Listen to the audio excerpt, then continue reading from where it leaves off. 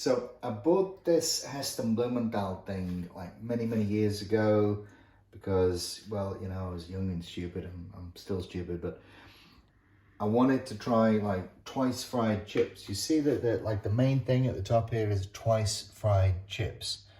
And basically what that is it's sort of a preset thing where it does like number of minutes at a particular temperature, and then the second temperature, I don't know if I can do that, I can probably sort of try that. Second fry is a higher temperature. So you would think that this is exactly what it would do. It would do that. Now I did some chips with this and they were horrendous. They were overcooked, they were awful, they were absolutely terrible, just didn't work. And I figured it was me, you know, always. But over the years, since I bought this thing, I've spoken to a lot of people over at Does Liverpool, shout out, best place in the world, and particularly Julian Todd, one of my great friends, has taught me very many things. And he has said, you can't trust sensors. You can't trust what they're telling you, which is a little bit shocking, but you know, that's in the back of my mind. So what I thought I would do is, as I'm making some more chips with this, I would like to figure out exactly what's going on. And so I've got another temperature sensor here, it's like 26 or something, it's still going down, but we're going to put that in. Maybe what I'll do is lift this out and just sort of put that in there. Now I've already preheated this a little bit. This has got some amazing beef dripping in from Sam Williamson's The Butchers in Waterloo, Liverpool. You need to get to that place, absolutely fantastic meat.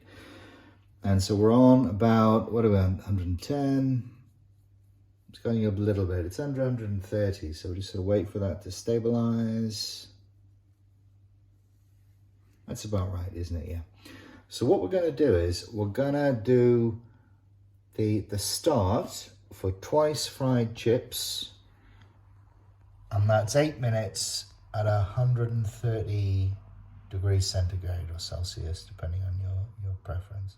So let's do that.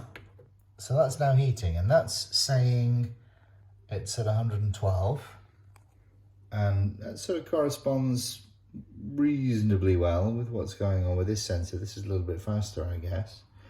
So let's see this heat up now.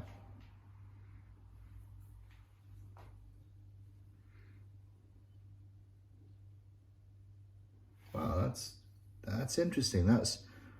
That's heating. Oh, so probably that's heating up faster because it's sort of touching the base, maybe, I don't know. Yeah, so it's sort of a little bit cooler. We got 112 on the display. It's going up a lot faster, 132 on the independent temperature sensor. I mean, that's weird, isn't it? So these two things are not in accordance now. I'm up to 137 and 116 there. Could I be holding it the wrong way? I don't know. I think I'm basically so just holding that in the middle of the oil, I think. That's a lot hotter than what the temperature sensor is saying. So we're up to 140 now, 123 as far as it's concerned. Whew. Okay, well, we're skyrocketing up here. 145 versus 130. So now then, this is interesting, isn't it? Because if we look at what it says the heat is, or the temperature is, it's supposed to heat up to 130 for the first fry. And yet it's going over that. I mean, so shouldn't it stop? I mean, isn't that what a thermostatically controlled heat thing is for? So it's on 140 when we want 130. My temperature sensor is coming up to 160. What the hell is happening here? And this is explaining to me why all my chips have been absolutely terrible when I've cooked them in this Heston Blumenthal Sage rebranded deep fat fryer. We're up to 150. Is it going to stop? Or are we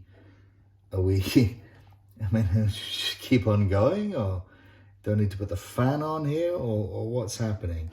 So this thing is obviously got like entirely confused. 170. Okay, so now the machine is going to hit 160 degrees by its own count, which is 170 by my count, and it thinks it's hit 130 and it's ready to go. So we've got a machine that Heston Blumenthal has put his name to do twice fried chips, that he says in his YouTube videos you have to do the first fry for 130 degrees, and the thing was on whatever it was, 160, 170. That's I mean, it's crap, isn't it? You can't trust any of this stuff.